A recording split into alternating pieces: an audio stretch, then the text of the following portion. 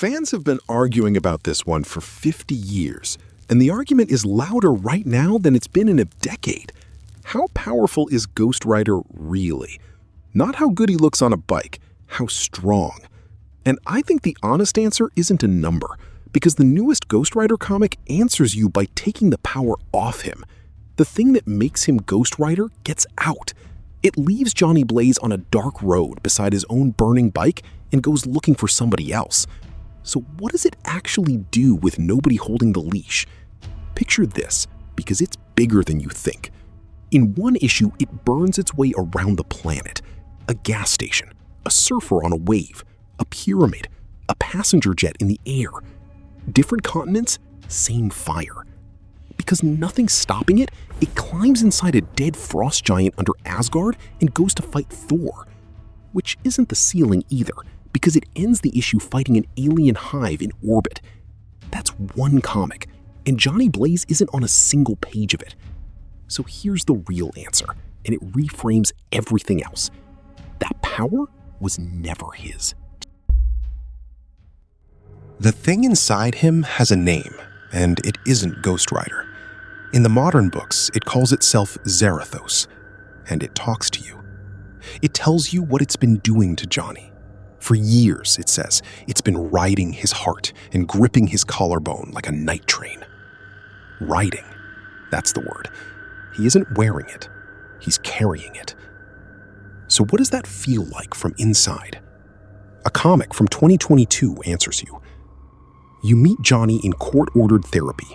He's had a bad wreck, fractured skull, swelling on the brain, 2 surgeries, gaps in his memory. Because he's frightened of what he might do, he wakes up screaming, swinging at the dark. He drinks so he can sleep.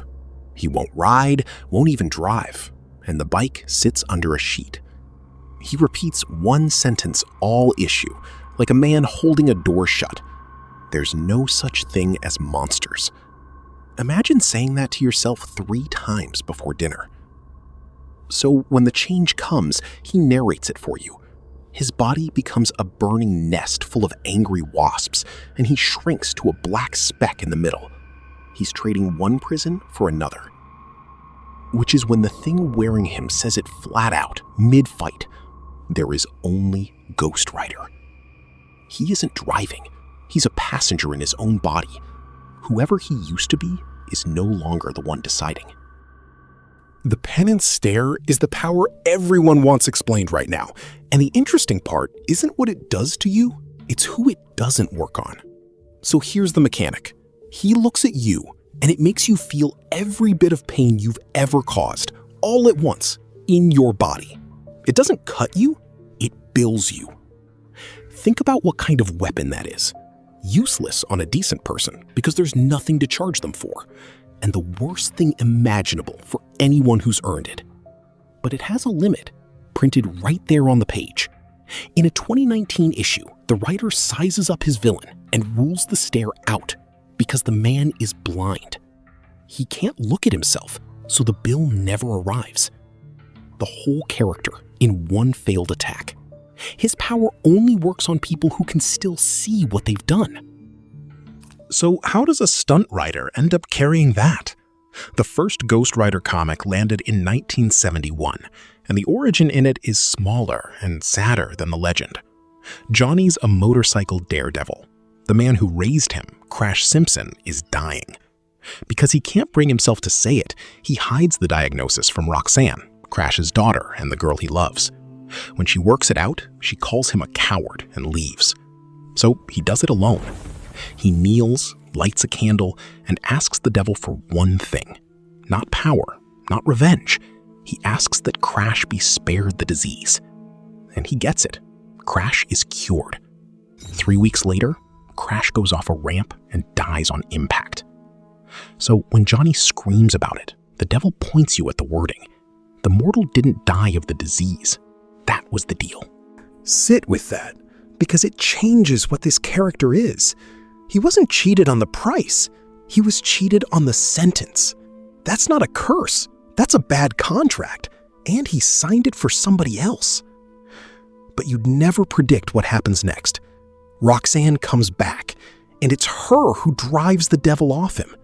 No weapon, no spell, just her. Remember her.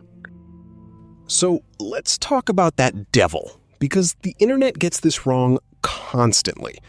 If you've searched this character, you've got a name in your head, Mephisto. And in the newest comics, that's exactly who it is.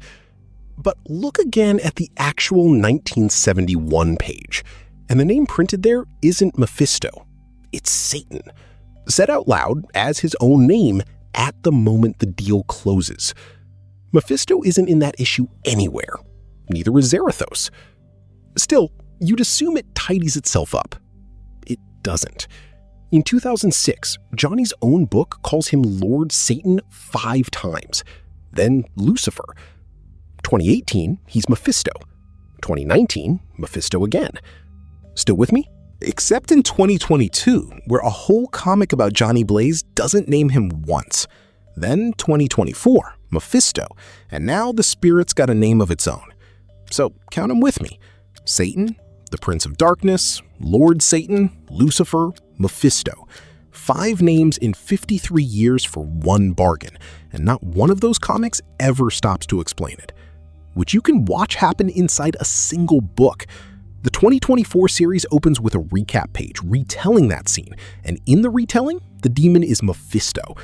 So that's Marvel, describing a page that says Satan and writing Mephisto. Same deal, different devil. So, is Ghost Rider a hero, or something else doing a hero's job? The comics answer you themselves. No. That same recap page finishes on the line that is this whole video. Heroism isn't what the spirit of vengeance is for, and Johnny Blaze was never its master. Take the other man who's carried it. In a 2019 issue, Danny Ketch says he never asked for this and refuses to give it anything. So what does it do with a refusal? It forced him to transform at his own mother's funeral. Not during a robbery, not in a fight, at the graveside. But the moment I can't shake is in the 2022 book, where Johnny is handed the ordinary life. A wife, 2 kids, the family workshop. His father-in-law claps him on the shoulder and says he's living the American dream. Johnny mutters back, American nightmare. You can hear it. Because to be the Rider again, he has to burn all of it. Everybody he loves is begging him not to, telling him it's a gift. He screams back that it's a curse and throws his wedding ring into the fire. His own word for the power is curse. That's not my reading, that's him. Then the comic pulls the floor out. The people begging him to stay weren't people. Except it refuses to tell you what was real. Demons? Brain damage from the crash? A dying hallucination? His own last word on it is maybe. Maybe. Or maybe. So what if none of it happened? That's your character. A man who can't work out whether the happy life or the fire is the delusion. One more thing about the spirit, and it's why any of this works. The newest book calls it a parasite, then points out that a parasite which only takes doesn't last long. It needs a host who's willing. Which means every Ghost Rider there's ever been is somebody who at some point said yes. So which Ghost Rider are we even talking about? Because there's more than one, and these days their origins share nothing. Johnny Blaze got his by making a bargain, 1971, Devil in the Room. But Danny Ketch got his in 1990 by touching a motorcycle. That's it. A gas cap glows, the fumes catch into hellfire, and he changes on the spot. No devil is named anywhere in that issue, which leaves Robbie Reyes, and this one you'll like. In 2014, he was simply never told. His transformation is silent. No captions, no explanation, no origin speech. And Marvel's own editor's note at the back points at the difference that matters. This one drives a car. So one made a deal, one touched a bike, one was never told. Same fire, 3 different men. One warning, because I see everyone do this. Cosmic Ghost Rider is a different character. Next time you see a clip of Ghost Rider beating a god, check which one you're watching. By the end of the newest comic, Johnny stops trying to get the thing out of him. He says he's Johnny Blaze and he's Zarathos, both at once. And the closing caption doesn't say I anymore. It says, "We're the Ghost Rider." 53 years of trying to cut a monster out of his body, and it ends with them agreeing to be one thing. The book says they're hollow without each other. And Roxanne? In that same issue, she's a headstone. Roxanne Blaze, in a row of his dead. The girl who once pulled the devil off him with nothing. But Mephisto gets the last word, and it's cold. He tells them they belong to each other, and that they work for him. So what does all that mean for the screen right now? Marvel Studios announced at Comic-Con that Ryan Gosling is playing Johnny Blaze. Sean Levy directing? 2028. They showed a logo, no footage released. But here's what should make you sit up. Mephisto is already in there. He was played by Sacha Baron Cohen in Ironheart on Disney+, offering somebody a deal. Marvel hasn't said the two connect, and that's my theory, not an announcement. But this character only exists because a devil answered a question, and that devil's already cast, already in the business of deals. So what Marvel hasn't shown you yet is the part that hurts, not the flaming skull. The man in the therapy chair, too frightened to ride his own bike. Give me that man in 2028, and it'll be the first time on screen that Ghost Rider is a sentence somebody's serving, instead of a costume.